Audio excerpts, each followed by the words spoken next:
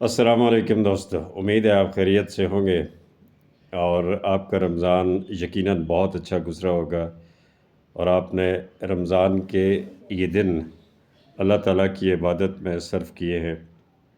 आज खुशी का दिन है और इस खुशी के मौके पे मेरी तरफ़ से तमाम अहले वतन को, तमाम मुसलमान भाइयों को जो पाकिस्तान में या बैरूनी ममालिक में जहाँ कहीं भी मौजूद हैं, दिल की गहराइयों से ईद मुबारक हो।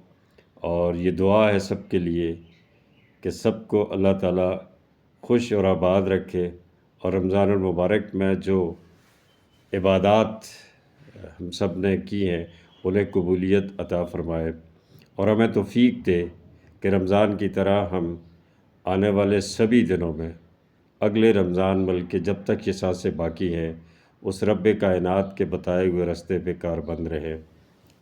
आपको एक बार फिर बहुत बहुत मुबारक हो। खुश रहें, आबाद रहें। अस्सलामु अलैकुम।